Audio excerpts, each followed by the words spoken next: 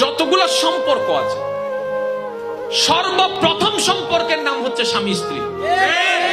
বলেছে ভাইয়া এখনো বুঝলাম না। আমি বললাম সম্পর্কটা শুরু হয়েছে কাদের মাধ্যমে? মানুষের মাধ্যমে। পৃথিবীতে সর্বপ্রথম আসা মানুষটাকে বলে যে বাবা আদম, ওনার সাথে কে এসেছেন? মা হাওয়া। তো স্বামী এবং আদম এবং হাওয়ার মাঝখানে সম্পর্কটা কি ছিল? মা ছেলে নাকি স্বামী স্ত্রী? তাহলে স্বামী স্ত্রী দিয়েই সম্পর্ক শুরু।